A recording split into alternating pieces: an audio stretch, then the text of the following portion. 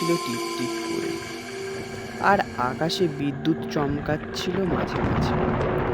অন্ধকার বাতাসে এমন সময় গ্রামের শেষে এক প্রান্তে দাঁড়িয়ে থাকা পুরনো পোড়ো বাড়িটা যেন আরো ভয়ঙ্কর দেখাচ্ছিল।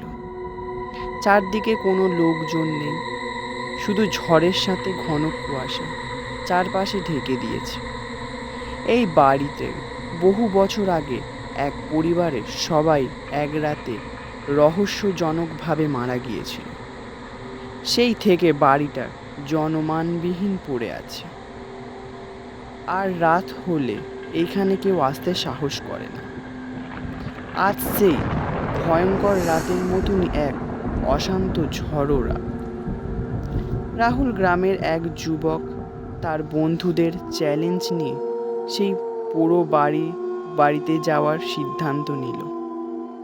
গ্রামের সবাই তাকে বারবার নিষেধ করছিল, কিন্তু সে শোনেনি।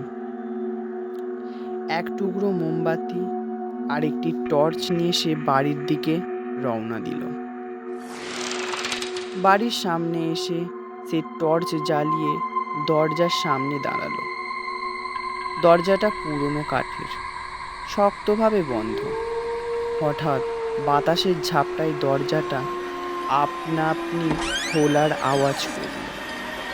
রাহুল থমকে দাঁড়ালো, তারপর সাহস করে ভিতরে প্রবেশ করল। চারপাশে ধুলো আর ভাঙাচোরা আসবাবপত্র ছড়িয়ে আছে, যেন কেউ বহুদিন ধরে এখানে আসেনি। হঠাৎ করে সে শুনতে পেল দূর কোথায় একটা দরজা ধীরে ধীরে খোলার শব্দ। তার মেরুদণ্ড দিয়ে শীতল স্রোত বয়ে গেল।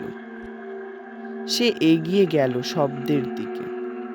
মোমবাতির মৃদু আলোতে অন্ধকারে ফাঁক ফোঁকরে কিছু দেখতে পেল না, কিন্তু হঠাৎ করেই মোমবাতি নিভে গেল। অন্ধকারে ডুবে গেল পুরো ঘর। টর্চের আলো জ্বালাতেই সে দেখল এক অচেনা ছায়ামূর্তি তার দিকে ধেয়ে আসছে। তার চোখ গা ছমছম করা লাল, আর মুখে একটা বিকট হাসি। রাহুল ভয়ে পিছিয়ে গেল, কিন্তু ছায়াটা যেন তার দিকে আরো দ্রুত এগিয়ে আসছে। হঠাৎ করেই তার গলা দিয়ে বিকট এক কান্নার শব্দ বেরিয়ে এলো, যেন অন্ধকারের মধ্যে হারিয়ে যাচ্ছে সে। রাত পেরিয়ে সকাল হলো, কিন্তু রাহুল আর ফেরেনি। গ্রামের লোকেরা বহু খোঁজ করলো, কিন্তু তাকে আর কেউ খুঁজে পেল না। সেই পোড়ো বাড়ির দিকে আর কেউই যেতে সাহস করল না।